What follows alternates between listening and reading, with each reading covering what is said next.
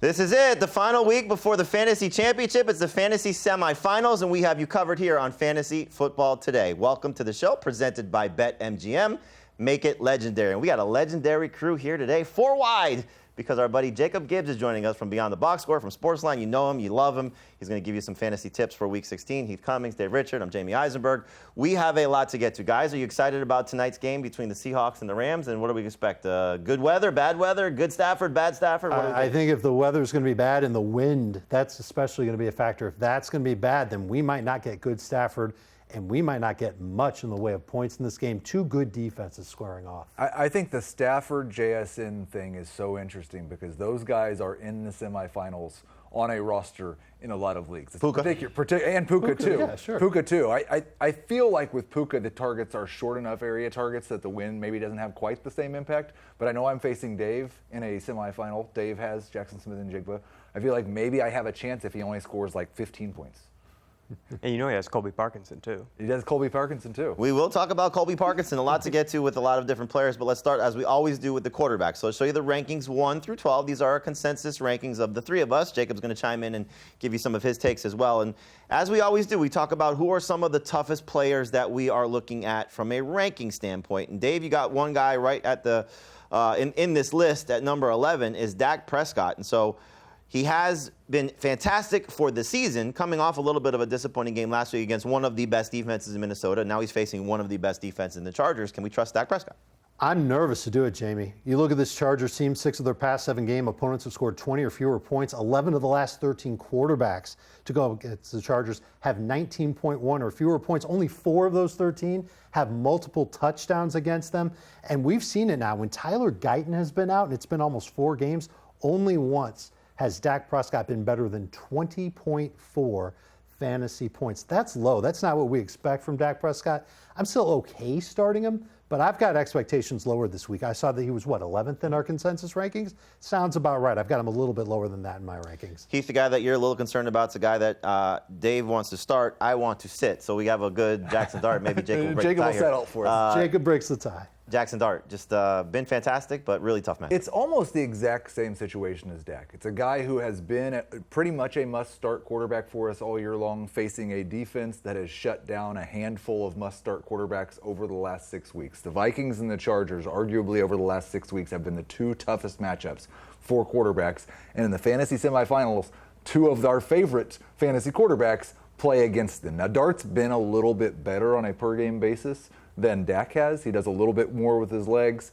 And so I'm a little bit more optimistic. But both of these guys, I think I have them 9 and 10. Consensus has them 11 and 12. The hardest thing is comparing them to someone like Justin Herbert, who has the best matchup at quarterback, but has been playing as if he was playing against the Vikings and the Chargers for the last 6 weeks. You mentioned the Chargers as one of those tough opponents. Dart went up against them. He went up against Denver. He's gone up against Philly twice. 21 or more fantasy points in all 4 of those matchups. The rushing, he's got a lot more rushing upside than Dak Prescott does.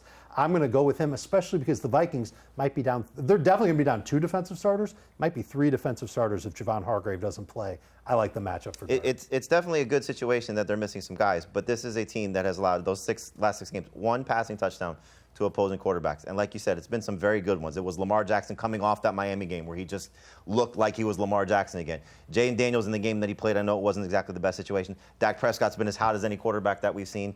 Sam Darnold was in that stretch. Caleb Williams in that stretch. They've done just a fantastic job. And you mentioned the rushing. They are number 8 in terms of fewest rushing yards allowed to quarterbacks. So they do a great job in containing rushing yards, which is what sets Dart apart. So I am out on Jackson Dart this week. I do not want to start him this matchup. Jacob, I'll let you weigh in just because we all got a Jackson Dart opinion. He's one of the hardest quarterbacks to rank this week. I mean, going up against Brian Flores and this defense, like, it's such a tough test for sure for a rookie, but he's passed every test to this point, and he keeps running, you know? So, like, he gets you there for fantasy. I've got him at QB 12, and that's right in the middle of a range of quarterbacks that are honestly all really hard to rank. I was really excited to see You also high on Jacoby Brissett. Like, he keeps yeah. doing it, so I'm moving him up my rankings. I want to be emboldened to move Dart up my rankings too, but I do, beyond the box score, Dan Schneier, resident New York Giants expert, and he feels really, really nervous about this matchup. So I'm kind of taking Dan into consideration here. I've got him at QB 12. Okay, so never take Dan into consideration, but do take Jacob into consideration. But you got a guy on this list that we've had a lot of discussions about the last couple of weeks. We got a very good Joe Burrow game in his first matchup against Baltimore. Good game against Buffalo. Awful, awful, awful game against Baltimore in the rematch. Where are we coming out in this Miami game? Yeah, so Miami, the note I have here is Miami has the 4th lowest opponent pass rate over expectations. So, like, given the circumstances of any given play, opponents are choosing to run the ball a lot against this defense. And this past game, I thought it was really interesting the Bengals went so run heavy. They've been getting both running backs involved, both Samaje Perine and Chase Brown involved a lot. So before they fell down by double digits, they had a dead even split run to pass in that game, which is kind of unlike what we're used to seeing during this Joe Burrow era here. So I'm a little bit nervous about Joe Burrow this week. I was hoping to hear from you guys because, like, it feels like in a potential shootout, he's got to be high, but then there are a lot of quarterbacks. Jacoby Brissett, I love to see you guys have him ahead of Burrow. Like, there's a lot of quarterbacks I want to move ahead of Burrow. I think Quinn Ewers hurts that. Big time. I know, the fact if the Yeah. Dolphins score 10 points. Okay, let's just agreed. He hurts it. Yeah. Does Tua make that much of a difference? Because they were going to run the ball no matter what. I mean, you could be under center and they're going to run the ball. So this is going to be Devon Achane versus Joe Burrow, essentially, if you're going offense versus offense. Right. And I don't think that this necessarily changes things dramatically. I also think you take into account he's been in miserable weather, snow, miserable weather. Here we go. Jacob, you're visiting. You love this weather, don't you? Yeah. It's fantastic weather, right? This is Joe Burrow coming. This might be the last great game we see from him this year. And I think he's going to, especially if T. Higgins plays, and I'm sure we're all going to feel a lot better about Joe Burrow if T. Higgins plays coming through the concussion protocol. I feel like this could be a great game for Joe Burrow because what we've seen from this Dolphins defense is they've been great against the crappiest of crappy quarterbacks. Mm-hmm. And when they face good quarterbacks, it's usually north of 20 points. And I think, again, Burrow, after all the conversation, I want to play, I want to ball, I want to do all this stuff. You go out of that weather, you come down here, you have a good time. I think Joe Burrow's going to come have a good time against the Dolphins defense, but we'll see how that goes. Baker Mayfield's a guy that you want to start. I am nervous to rank because his history against Carolina has had one monster game last year and 3 really bad ones. This Carolina defense has been sort of all over the place. Where you come out on Baker Mayfield because I'm struggling with where to put him, to be honest. He's another tough one, but I just feel really good that we kind of got the gang back together here with Mike Evans healthy, with Chris Godwin playing a full role. So a stat that I look at a lot is catchable air yards, not just like raw air yards, but the amount of air yards that were actually catchable. And 200 in a game is what I like kind of have as a benchmark where it's like that was a healthy offensive environment. He has not gotten to it all year long until this past game. It's been something that's really bothered me for Baker Mayfield is like the accuracy has fallen off a little bit. And so when he hasn't been running as much too, it's like he's just not getting the ceiling that you want for fantasy. But 249 catchable air yards in week 15. The 2 games before that, we saw him run a little bit too. So I do feel pretty good. Must-win game. I know it's not been great, but I want to trust Baker to get us there. And you're the high guy on Sportsline, obviously. Sportsline's the high guy on them. But I look at the matchup, and I saw how Todd Bowles talked after their last game when they should have won against Atlanta. They didn't do it. I don't think this Panthers defense is very good. And I think anytime Baker Mayfield is comfortable in the pocket, you're going to see him throw with accuracy. And that's to Jacob's point. And having Mike Evans back, that really changes everything for him. I think he can be a pretty good quarterback this week. Low-end number 1 guy. Yeah, it's just like the preponderance of evidence of what we've seen from Baker Mayfield this season and those catchable air yards. Like it was one game where Mike Evans is back and now the ball's more catchable. Maybe it's just because you don't have to be as accurate to Mike Evans because he's such a big target. But I'm nervous about him. I can't put him ahead of Dart or Dak. I like him better than Dart, but I see what you're saying about Dak. The one thing that I kind of took Todd Bowles was we weren't physical enough. Mm-hmm. And you think that could mean the run game? This is a run and game. They could do that too. That's true. And if again you look at how recent history, Bucky Irving destroyed this team last year, and their run game was going well. They got a little bit in playing the lead. Atlanta caught up to them, and then it was like, okay, now what do we do? Mm-hmm. Baker has a bad interception. I don't think they're getting away from Baker. And to Jacob's point, band back together. So they're talking about more from McMillan. Mike Evans destroys this team too, and he's got now he's got to average 280 to get to his 1,000 for the rest of the season. So I think Baker's a good start. I just don't know 6. Does he have the upside? I say no. The upside to be top 10, top 5, probably not. But again, sports. I mean, look, you could see it. We've seen it from Baker. It was your argument coming into the season. Can he get you 3 touchdowns? And he certainly can. But It's just, do we trust? All right, so we'll transition. We're going to be all over the place here with some of this stuff because a lot of the names are sort of mix and match for the categories we have. So let's go to the starts now. And Heath, you touched on this, Justin Herbert. He's been miserable for 5 straight games. Here come the Dallas Cowboys. Here come the Dallas Cowboys. I think the shortest, easiest way to do this is to just read this list of names. J.J. McCarthy, Patrick Mahomes, Jalen Hurts, Jacoby Brissett, Bo Nix, Bryce Young, Justin Fields, Jordan Love, Caleb Williams, Russell Wilson. Every single one of those quarterbacks scored at least 22 fantasy points against the Dallas Cowboys defense. A lot of those quarterbacks looked worse the month before than Justin Herbert has the last month.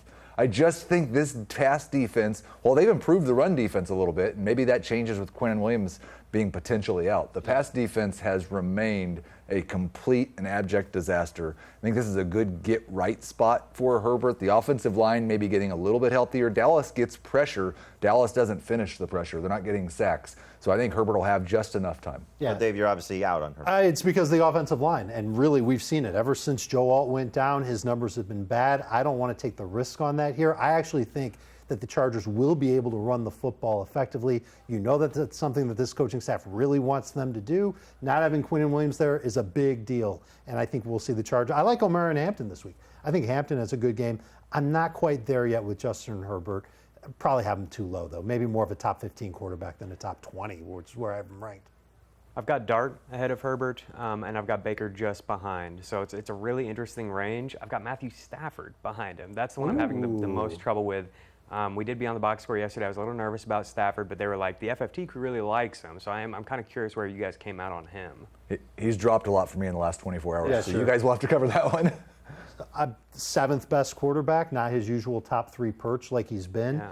And he could go lower if the weather ends up being bad. I don't want to react to the weather now. We're recording this early afternoon on Thursday. If it's late afternoon into the evening before the game and it's clearly windy, it's going to make it a lot harder on Matthew Stafford, as if the matchup wasn't hard enough. And he doesn't even have Devontae Adams. That's obviously a factor. I think part of it is when you look at Dak Prescott and what he's facing, when you look at Matthew Stafford, what he's facing, and how much you're taking into the body of work for the season and what they're still capable of doing. So in the weather scenario for Stafford, he's not going to challenge down the field. That's just not what he needs to do to be successful. He's obviously not going to run, so that takes away a little bit of what could potentially help him. But short area to Puka, Colby Parkinson, we could see them chipping their way down the field, and this could be a 3 or 4 touchdown game for him to help him get there.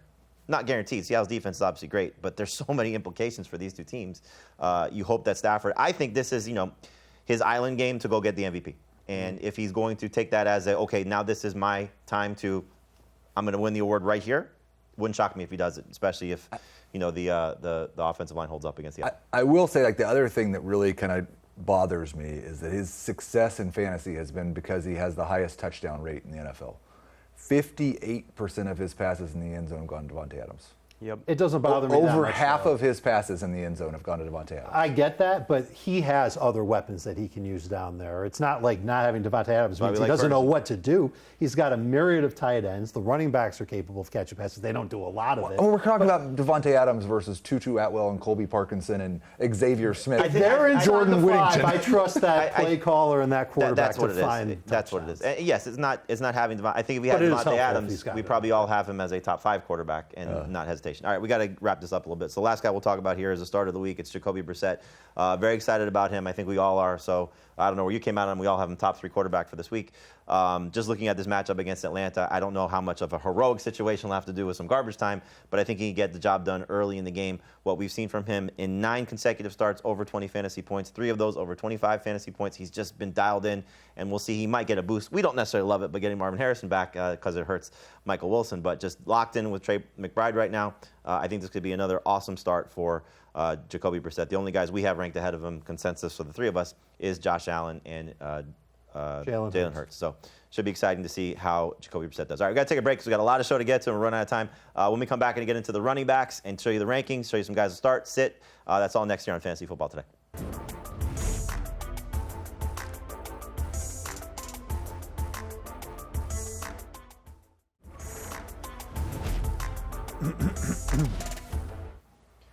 Welcome back to Fantasy Football Today, presented by BetMGM. Make it legendary. We're talking about running back rankings, running back starts and sits here on Fantasy Football Today for Week 16. It is the fantasy semifinals. We want to get you to the fantasy championship. So let's show you our consensus rankings 1 through 12, and you can just kind of roll through those if you want to with the 13 through 24. 25 through 36, just show everybody how we're thinking about this position, because I have a lot of questions. And we'll start with some of the injury situations, 2 in particular. As you see, one guy there at number 10, Josh Jacobs. He did not practice again on Thursday. So this is their last practice day of the week because they play on Saturday. Heath, how are you feeling about the Packers running back situation right now? Jacobs a start if he plays, and if Jacobs is out, how do you feel about Emmanuel Wilson? I won't be quite this high on Emmanuel Wilson, but he will be a top 15 running back if he's active. So I think it's a really easy situation if you have Josh Jacobs and you have Emmanuel Wilson. You just handle it that way. And if your backup plan plays on Sunday, you just handle it that way. The biggest challenge is for those people that have Josh Jacobs and Kyron Williams. And I think if that's your other option, you probably have to play Kyron Williams tonight. Yeah, don't play the Seattle running backs, but play Kyron Williams over the Seattle. No, I'm not playing. It depends on who else you have. If you have nothing else at running back, you might have no choice. Woody Marks did not practice again on Thursday. This is now back-to-back days where he did not practice. So, Jacob, when you're looking at the Texans' backfield, because D'Amico Ryan said Marks could have come back in the game last week against Arizona. We were expecting him to play. We are still expecting him to play at this point in a great matchup against the Raiders. How are you approaching Woody Marks? And then now Nick Chubb is practicing. Also, Jawar Jordan coming off this great game. Give us the Texans breakdown. If I'm starting any of them, it would be Jawar Jordan. If Marks is out, I really love this guy. I thought he played so great in this past game. He's somebody I've liked in terms of his college tape, his preseason and all that. He avoided 5 tackles in this past game, averaged over 5 yards after contact per rush, which is really impressive. So it feels like a good spot to go to him if need be because he gives you the explosive play upside. I would be really nervous to put Chubb in a lineup. Yeah, I would as well. I think that's the right advice. Is Jordan, if there's no Marks, obviously Marks if he plays, so just hopefully he's out there on Friday. Their practice will still continue through the end of the week. All right, let's talk about some of the toughest players we have to rank. Dave, we have Breece Hall at the top of the list for you. Yeah. Not been great for him lately. What do you think about this week's game taking on Saints? He was good for a while. I mean, I'm not talking about years. I'm talking about this year. In fact, he had a stretch 4 or 5 games recently where he had at least 13.9 PPR points in those games. And then the last 2 weeks, he's been brutal. It was against Miami. It was against Jacksonville. Those are upstart run defenses, but he's been terrible. I hated that he didn't even have a 55% snap share last week. Isaiah Davis started to make inroads. The only reason why you keep him is because you know what he's capable of doing, both on the ground and through the air. And it's the matchup against New Orleans. 10 running backs have at least 14.7 PPR points against them this year. 3 of them in their last 4 games. That's the only hope. I think he's a low-end number 2 running back. Kenneth Gainwell's on the list for you. He's a start for me. Tough matchup, obviously, but he's just been amazing in the last month. He's been amazing in the last month. I think I always have a problem with these guys when we're talking about a 5th-year vet who's never really been somebody except for maybe one off week that we would want to use for fantasy, and now we've turned him into a must-start option because that's what he's been for 1 month of the season. Mm-hmm. We've seen this year crazy stuff happens for a month all the time. The other thing is the Lions see the 2nd fewest running back targets. There's been 2 times since October that Kenneth Gainwell has had less than 5 targets. One was against the Bills. They see the 4th fewest running back targets. The other was against the Chargers. They see the 6th fewest running back targets. So we do see that when they've played teams that have not allowed a lot to running backs in the passing game, those have been the games where Gainwell has not had good production. So I think he's still a start as an RB2. But when I do my initial projections and just forget about the fact that the Lions have been so good against running backs, he's close to a top 12 guy. So it's hard to know where to rank him amongst those RB2s. As I said on our podcast today, like when I script out this game in my head, Steelers playing from behind, Gainwell very involved in the passing game. He's been 6+ targets in 4 of his last 5 games. I think this is, Dave said this a few times in the last couple of weeks, like he feels like their best receiver. Like forget about just the position that he plays. He's the guy that Rodgers relies on. He's the guy, I think, with a 40-plus-year-old quarterback. You know, I'm not running. There's that guy. He's open. Okay, I'm going to use him. He's on the field a lot for pass protection. They've used him in some goal-to-goal situations as well. So I love the potential of what this game could be. You know, again, if the Detroit offense shows up, that's why he's a start. But I think, as you see, we all kind of have him in a similar range. You have a guy that is should be great in Bucky Irving, but a little concerned about maybe where to put him. Yeah, it's just a weird role that he's in right now. So he's playing about half of the snaps because he's losing a lot of passing down work to Rachaad White. And then this past week, Sean Tucker, who's played really well for them, they brought him in for a goal line carry on 3 separate occasions, 3 separate drives when they got down to the goal line, and Bucky Irving's getting none of that. He's getting no work. So if he scores a touchdown, it needs to be from 18 yards away, 25 yards away, which we know he can do. just makes me really nervous. And there's a number of Kenneth Gainwell could outscore him easily. There's a number of running backs that I'm like, maybe that would be a better option if there's not that much upside for Bucky. They have 14 rush attempts inside the 5-yard line this season. Bucky Irving has 0. Gosh. I mean, well, he missed 7 games. But 0. Right. 0. He leads the team in rush attempts. He has 0 carries inside the 5-yard line. And it's not like he's been hyper efficient as a runner. What's his rushing average for the year? If you look at the low 4. If you look at the advanced stats, he has been the least efficient running back for Right. the Buccaneers by almost every measure. Luckily, he's taking on Carolina. They've been terrible against the run. He can also catch passes out of the backfield on 1st and 2nd downs. I still like him as a quality starter. I do too. I look at the history again. The 2 times he played them last year, 23 plus PPR points in those 2 matchups. And as we've talked about a lot this season, you run on Carolina. And I think that's kind of where, for me, again, what Todd Bowles said was we got to be a little bit more of a physical team based on his personality and a lot of F-bombs there. So we'll see how that sort of translates with the backfield. You touched on this, Dave, about Justin Herbert. Omarion Hampton could be unbelievable. Yeah. He could be a dud. Yeah. And that's the concern because what we've seen, Quinnen Williams without Quinnen Williams, Omarion Hampton the last 2 games, Kamani Vidal playing more. Yeah. I don't know the right spot to place him, and I don't know what to tell people. Must start, maybe start, stay away. And you see where we all have him ranked. Right. But I've moved him up. I think he's a low-end number 2 running back now. And it's because I think he's more explosive compared to Kamani Vidal. We've seen him catch passes earlier on this year. We don't know if he's going to continue to still be around a third of the snaps. He could easily jump up into 50%. I think the Chargers will take a hot hand approach, and I think they use the run game to try and beat Dallas without Quinnen Williams there. It just makes sense for the coaching staff to do that. So I'm kind of a fan of Hampton this week. I would take the chance on him. I don't want to overrate him and put him into the top 15. That's where he was earlier this year since he's come back from injury. He just hasn't earned that yet. But hopefully this is the week and this is the matchup where we see him find the end zone again and also pick up in the neighborhood of 17 touches. It's one of those things where, you mentioned this last week about how I sort of overlook snap share sometimes. When he's on the field, he's getting touches. So even though he's not playing as much as Vidal, you see when they put in there, it's there for a reason to get those chances. All right, let's talk about some starts and sits. And I'm very fascinated by the guy you have as a start because it's one of the biggest talking points that we're dealing with, social media questions and whatnot. Audric Estime. So give me your take on the Saints. Let's assume at this point right now, we know Devin Neal's ruled out. We know that Alvin Kamara missed practice on Wednesday, so not trending in the right direction. So you got Audric Estime and you have Evan Hull. Give me the breakdown for the Saints. Yeah, so Estime's the early down guy. He's the guy who can handle the bulk of the workload, I think. And if I can, I'm going to give another shout out to my guy, Dan Schneier. Loves the film. I really have. You're not a big fan. Wow.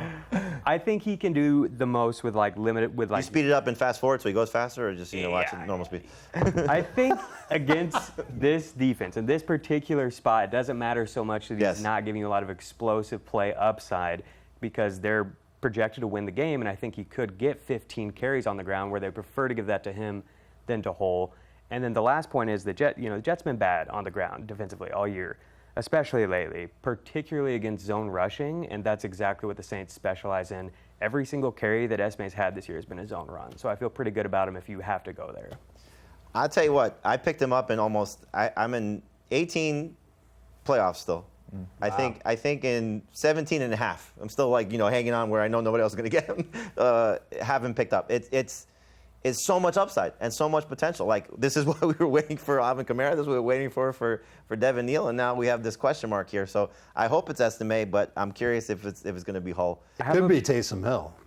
Could be Taysom Hill. I have him above the Seattle running backs. Same. Is that okay? Yes, same. Yeah, I wouldn't close. mess around with the Seattle running backs. He said today, you said, I wouldn't play that backfield. And I was like, which one? Yeah. If you had to pick one, I'd pick Charbonnet. I would take both Seattle backs over anyone in New Orleans. Oh, okay. Yeah, I'm close. I think I have it that way, too. If Jacob got on his e-bike and rode to New Orleans to play against the Jets defense, I would take Jacob. Does he get the e-bike? Huh? Does he get the e-bike? He doesn't need it. He's probably still faster than Estime. Quickly on a couple of these starts, just because I want to make sure we get to it. So Sure. Rico Dowdle, you confident still? I'm confident still. Came out of the bye, looks like the lead running back. Tampa Bay run defense used to be awesome. It's not awesome anymore. Right. They've been gashed by some bad running teams. They are going to get a little bit healthier on defense, so keep an eye. Servassier Dennis, Tyreek Smith, I think is his name. He's a safety. That could help make that defense a little bit tougher. But you're still starting Rico Dowdle. I think Of anybody's course. going to. And then Tyrone Tracy, is it just all in at this point, or are you concerned about the matchup against Minnesota? 76% of the snaps last week, ton of carries, catches the ball out of the backfield, 16 or more PPR points in 3 of his past 4 games. They just gave up over 15 PPR points to Javonte Williams last week. So I think that this is still a favorable matchup for Tyrone Tracy to do well. Few sits that we're going to look at here, and Jacob, Javonte Williams, who's been carrying fantasy managers and maybe the best draft pick for fantasy managers this season, where he was taken. Get away from him, though, in the semifinals? Yeah, I'm looking at the screen to see where you have him. It's 16, running back 16, which is exactly where I landed. I was curious where you were, particularly because you said you don't worry too much about snap share, and that's the big concern. 29% snap rate for him this past week is really strange. And He got banged up. It was hard. I know, but it's just like, what do we do with this? He's on the injury report with a neck injury going into this week. The Cowboys are kind of weird vibes to close out the year, and it's like, I just don't know what to do with it. Typically, 29% is unplayable, but they bring him in for important work. I've got Bucky Irving ahead of him, Kyron Williams ahead of him, R.J. Harvey ahead of him, Chase Brown, Trayvon Henderson. That's basically where I land. I feel like there's some higher upside options to go with. You're not starting Audric Estime over him, But there are some players where I would push a button over Javonte. And the passing game work has been troubling for him, really, for the majority of the season. So you're not getting that benefit, which you typically would get from some of those guys like a Kenneth Gainwell or even a Bucky Irving when things are going right. Dave, Quinshon Judkins is a great matchup against Buffalo, but yeah, like you said, miserable. 9.4 or fewer PPR points in each of his last 2 games. His offensive line is in shambles right now. I know Buffalo is bad against the run. I don't think it's going to matter. I think they have a get-right game here defensively, and Quinshon Judkins just doesn't have another good game for fantasy managers. If he doesn't score, I don't even know if he gets you 8 PPR points. Heath, I'm going to skip your guy in Kareem Hunt, but I'm going to let you give the final word on my guy, which is Ashton Jeanty, because I know you're still somewhat positive about him. I just, at this point, beating my head against the wall with saying to start him at 3 straight games under 35 yards rushing. Last time he scored a touchdown was week 10 in the air. This feels bad. I think we're going to be counting on the air. I am very hopeful that we're getting Geno Smith back, because Imagine saying that. As upset as we were with Geno, we saw how much worse it is with anybody else. I think Ashton Jeanty still has the potential to catch 5 balls in a game, and that will be enough to make him a number 2 running back. I hope so, because still fantasy managers trusting him based on name, but the game is just not matched, and I'm fascinated when we start to talk about the offseason rankings where we're going to put Ashton Jeanty in 2026, but we still have a lot to cover in 2025 and Week 16, so we're going to take a break. When we come back and get to the wide receiver rankings for Week 16, that's next here on FFT.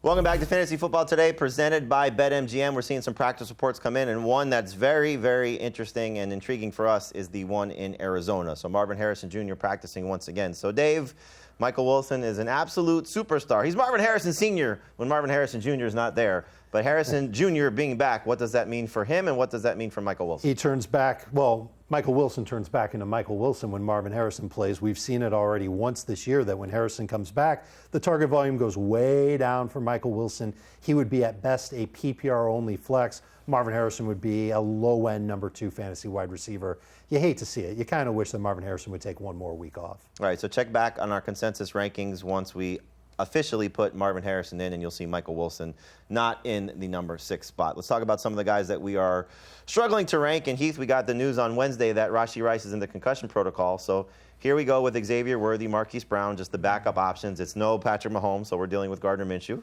Shout out to your shirt there. Yeah, there we go. So what do we think about the Chiefs receiving corps, specifically Xavier Worthy? I'm terrified. And I think you're terrified with Worthy and Brown both, in that they both have the ability to score 20 fantasy points in a game.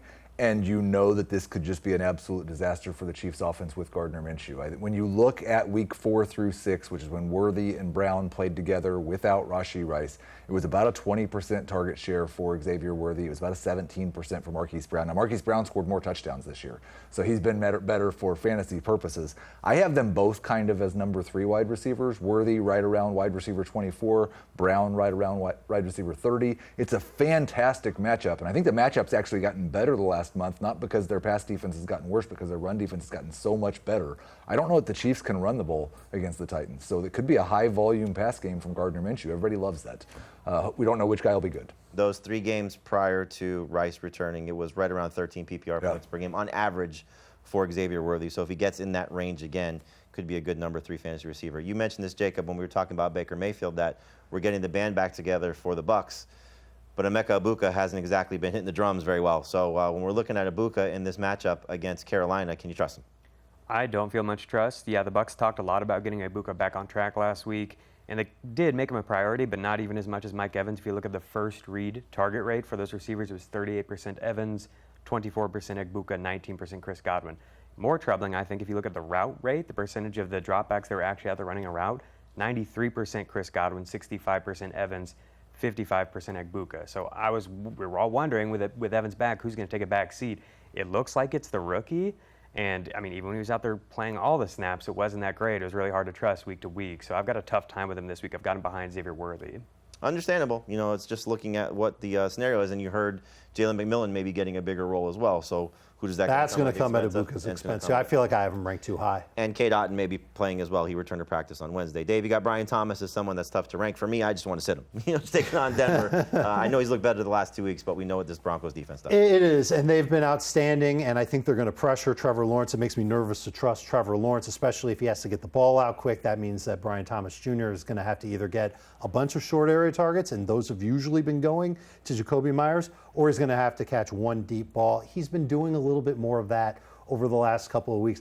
I'm starting to agree with you, Jamey. I think maybe I've got him ranked a little bit too high. Still has great upside, but you know what? A lot of Packers receivers had a lot of high upside last week against this Denver defense. None of them came through, so I don't feel particularly great about Brian Thomas Jr. I've had a hard time ranking him, and I think I'm going to continue to just move him on down the road. Let's stay in that same game because, Heath, the guy that you're starting, or at least recommending to start, is Jacoby Myers.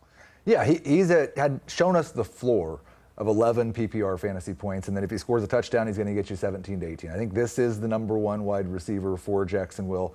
Brian Thomas Jr. has that boom potential because of what he does down the field, but as Dave said, I don't think Trevor Lawrence is going to have the time to seek out those boom shots. It's going to have to be the shorter area targets, probably to Jacoby Myers and Parker Washington. You can trust Jacoby Myers, the number 2 wide receiver in full PPR. Jacob, I love the wide receiver you're recommending to start, and it's Jalen Coker. And a lot of people have been waiting to see Coker produce in the last 2 games. Have been good. Targets have not been great, but he's scoring touchdowns. Now, there was some concern about Teteroa McMillan. He did not practice on Wednesday, did return to practice on Thursday. So do you still like Carter with McMillan on the field? Yeah, even with McMillan back and healthy, we've seen that Coker has a 32% first read target rate over the past month. That's 3 games for Carolina. He has 31% of the team's receiving yards. Both of those easily lead the team. You maybe haven't noticed because they are so run heavy. But as I look at this matchup against the Bucs, I wonder if maybe they will take to the air more. That's what we've seen from teams that have faced the Bucs. Their opponents are 4th in pass rate over expectation. The other thing about this defense is Tampa has allowed the 5th highest catchable target rate on slot targets and the 3rd highest first down per route run rate allowed to the slot. So teams are attacking them through the slot and doing it successfully, and I feel pretty good about Coker in this game. Who's your favorite Panthers receiver? It is Teteroa McMillan. I think he gives you a lot more big play upside, but we've seen some big plays for Coker too, and I think you're probably locked into like more assured, catch and run short targets for Coker of the 2. So I'm fine with it if you want to go with Coker over McMillan. I still would go McMillan over Coker, but it's very encouraging to see what we saw. And I was kind of, okay, if McMillan doesn't play, we get one game of maybe what Jalen Coker could do because seemingly locked in with Bryce Young, at least in the last 2 weeks. Dave, you got DJ Moore on this list, and we're waiting to find out. At least on Wednesday, we did not see Luther Burden or Rome Odunze practice. At this point, Odunze probably not going to play, but Burden trying to fight through that ankle injury. We'll get the game designation for Saturday's matchup against Packers today. But if DJ Moore is the lone top guy remaining of the top 3 guys, can he be a must-start receiver? I think he is. I think you've got to view him as a top 24 type of wide receiver, the number 1 target getter in Chicago, and the matchup is just getting better and better for the Bears. No Michael Parsons, so the pass rush is going to be easier. It's going to make it easy for Caleb Williams to throw. He knows he's going to see zone coverage. That gives a lot of opportunities, and certainly over the balance of the year, DJ Moore's ADOT is higher when he sees zone coverage. So I think that there's going to be a huge opportunity. He has 6 red zone targets in his last 4 games. He had 3 end zone targets last week. I think that DJ Moore is in line to continue to see a lot of work. We've been waiting for DJ Moore to have a semblance of a good year. I think we're getting it right when we need it at this point in the fantasy season. Great opportunity. Hope he gets more than 7 targets and can finally get over that 72-yard mark, which has kind of been where he's capped out, at least so far this season. All right, let's talk about a few sits here. Heath, you got a big name once again in Justin Jefferson. Are we just done at all? 3 receiver leagues still starting him? 2 receiver leagues, there's no chance? Like, where are we? This is probably just really rude for me to say because Justin Jefferson team's probably already done. But if you somehow advanced with him, I don't know how you can trust it. 3 straight games with fewer than 25 receiving yards. That never happened in Justin Jefferson's entire career before the last 3 games. Before the last 3 games, he had not had 1 game below 25 yards since January 1st of 2023. Wow. It's just an absolutely terrible. And I think you could look at it and say, well, yeah, but now he's playing against the Giants. They're terrible against wide receivers. Last 2 weeks, yeah. The Cowboys and the Commanders, like they're awful against wide receivers, and it made no difference at all. It was his fault that he had a terrible game last week. Too many drops. It was really bad. And now the offensive line has a bunch of injuries for the Vikings. I am way down on Minnesota now. That offensive line isn't healthy. The worst pass in the NFL is a J.J. McCarthy pass to Justin Jefferson. That's just the worst pass. All right, last word for you is Khalil Shakir as a sit for you this week. Are we just tired of seeing the lack of high-end production? You always want more from Khalil Shakir. We just never get it. Right. It's like if you want to go with a player who you think has more upside, or if you just want to kind of avoid what could be a gross game this week, the weather is a little bit concerning, and then it's kind of like the inverse of the Jalen Coker matchup that I gave, where like teams choose to run the ball against this defense. The Bills like to run the ball, and then also they've been really good against the slot. They have the lowest catchable target rate allowed on slot targets. So it's just like, why would it be a big Khalil Shakir game? I don't really know. He's really good. Josh Allen's really good, so it could happen at any time, but this isn't a good one on paper. You love those 11 PPR points. Khalil Shakir will get that for you almost on a week-to-week basis. All right, that'll do it for our wide receiver conversation. When we'll take a break right now, we'll come back, get into some tight end talk, and tell you, is this a good week for Colby Parkinson? That's next here on Fantasy Football Today.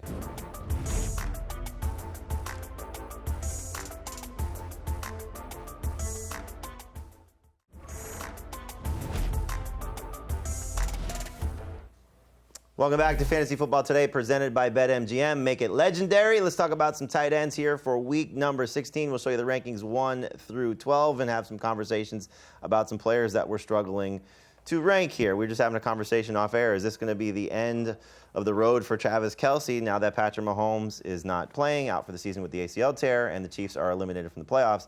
Jacob, he's a tough guy for you to rank. Heath was saying it's going to be a lot of Gardner Minshew, Travis Kelce. You buying it?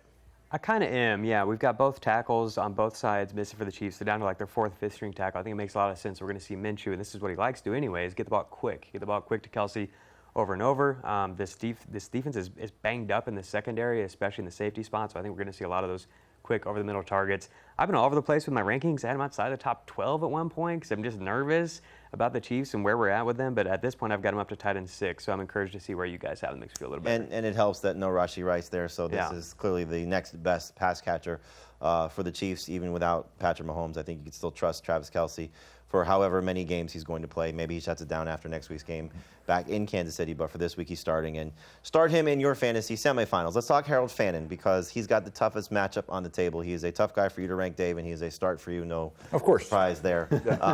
Fannon's been awesome with Shedeur Sanders. The Bills have been awesome in shutting down almost every tight end that they faced. Can we still trust Harold Fannin? How about only 2 games this year when a tight end has had over 8.5 half PPR points against them? But Fannon's function in this offense is more than just a typical traditional tight end. He's effectively their number 1 wide receiver. So if they change the way that they use him, first of all, it would be weird. I think they need him, absolutely. And if they change the way they use him, it's absolutely because of who they're playing. I don't think they're going to do that. I think Shedeur Sanders is just going to lean on tendency. I like him as a low-end tight end in PPR. He is not in my top 12 in non-PPR. I think you could have a game kind of like he's had recently where he gets 7 or 8 catches, 40 or 50 yards, that's it. I put a new rule into the projections, and it's that if a tight end has 25 targets over 2 games, he is a start. I do not care. He has a 30% target share with Shedeur Sanders. And even last week, where it clearly wasn't working, I think at halftime it was pretty obvious that connection wasn't working that day. Shedeur Sanders didn't care. He just dropped back and threw it to Harold Fannin again. Just over and over and over again. So, I think especially in full PPR, it's easier to maybe get away from him in non-PPR where you have to score a touchdown. All right, 3 guys I want to get to before we wrap up our tight end conversation. The first one is Tyler Warren because the Colts passing game is awful with a 44-year-old Phillip Rivers. Taking on a San Francisco defense, that's not great at stopping tight ends. But what we saw last week, 6 targets for Warren, he was bad. 3 straight games in single digits PPR. Jacob, how do you feel about Tyler Warren this week against San Francisco? I think that we could see a game where Rivers gets the ball out quickly to him a lot, and this is a much, much better matchup, so maybe it's an okay spot to start him, but still overall I'm not feeling the upside case for him. I've got him at tight end 13 behind Colson, Loveland, Darren Waller. I think I have him just ahead of Waller, right behind Loveland. So we're basically in the same range. I do think the fact that Rivers is just refusing to hold the ball is probably a good thing for Tyler Warren. Like, he's one of their best potential yak guys. Let's just draw a couple things up like they do for Harold Fannin and get him the ball in space. He's going to have more time to throw, too. I think Rivers and this whole Colts offense is going to look a lot different than they did last week. It's a better matchup for them. They're at home. I'm kind of encouraged with Tyler Warren. If I don't want to go to the waiver wire and pick up the flavor of the day, I'm just going to stick with Warren in my fantasy semis. The two flavors of the day. Let's transition to there. We'll start with the one that's playing tonight, and that's Colby Parkinson, who has been very good at scoring touchdowns. Last week, we lose Devontae Adams, and we see Parkinson score 2 touchdowns, 5 catches, 75 yards, spike in targets, spike in yards, spike in everything.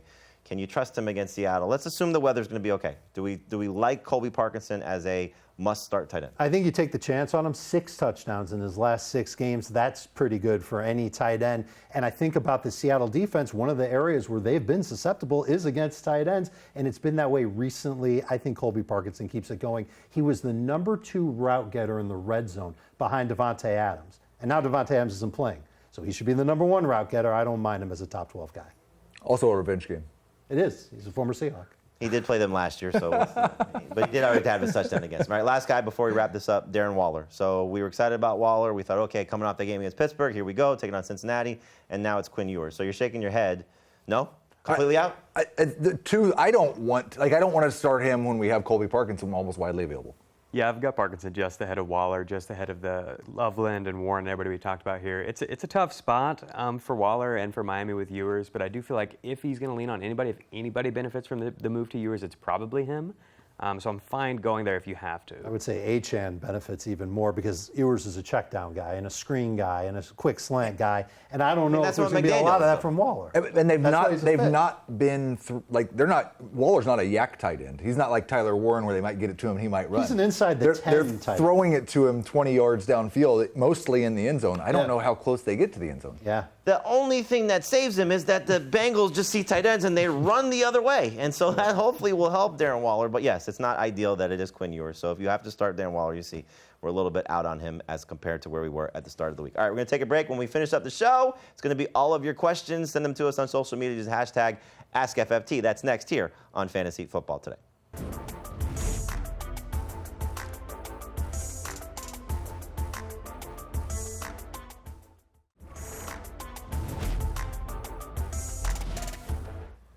Welcome back to Fantasy Football Today, presented by BetMGM. Make it legendary. You have legendary questions. We have 2 minutes to answer 6 questions. We're going to do it with plenty of time to spare. All right, Kyle wants to know, would love a little advice if you have a moment. Three-quarter PPR league, need a tight end. Tyler Warren, Darren Waller, Colby Parkinson. Dave, who are you going with? Parkinson. And then have Dart and can pick up either Rodgers, Shuck, or Bryce Young. I think we're all going to agree to go with Jackson Dart, correct? Yep. Okay. Next question. Shout out to our buddy Michael Fabiano. Need to know from Mike before TNF, so tonight's game. So 1 running back, 1 tight end, and 2 flex out of Ken Walker, Parkinson, Fannin, Brian Thomas Jr., Tyler Algiers. You see all the names. Jacob, give me a running back. Walker. Yeah, I'm going with Estime. Estime, okay. Heath, give me a tight end. You're going with Tyler Warren. Tyler Warren? I didn't see the other names. All right. Darren Waller again or Ashton Genty. How do we feel about that? Genty. Yep. Genty is sadly safer. Still go Genty, yes. Okay, next question. Waller, Parkinson, Loveland, or Warren? Jacob, which tight end do you like? Loveland. Loveland, okay, that's safer. I feel that. I'd go Parkinson, but I get it. Judkins or Breece Hall, Dave? Oh, they both make me nervous, but I'll take Breece. Okay, Heath, you agree? I say Judkins. Okay, Judkins, yeah, I'd probably go Breece, but I get it. Have to pick 1 running back and 1 wide receiver, half PPR. Dave, that was addressed to you, so who do we like, Dowdle or Aaron Jones? I like Dowdle and I like Wandale. Okay, Dowdle and you're going to Wandale. answer both the questions now. Jacob, I'll give you the It's receiver. addressed to me. Jaden Higgins, Jacoby Myers, or Wandale Robinson? Jacoby Myers. Over Wandale. Wandale, you know I'm Team Wandale. Yeah, too many targets for Wandale. I'd go Wandale as well. Next question. Flex, Colby Parkinson or Emeka Egbuka? Jacob. Welcome to week 16. Jacob? I'll go with Egbuka. Oh, it's tough. Yeah, I'm Egbuka. All right, I'm going to go Parkinson. I think I might too. That'll do it for us. Thank you for Jacob Gibbs joining us today. Heath Cummings, Dave Richard, I'm Jamey Eisenberg. Our great production staff. Check out our Fantasy Football Today podcast wherever podcasts are found. We're helping you dominate your fantasy leagues, and we're getting you covered through Week 17 as well. But Week 16, check out all of our starts and sits, and check out Beyond the Box Score as well. The Fantasy Football Today podcast, the best podcast in the business.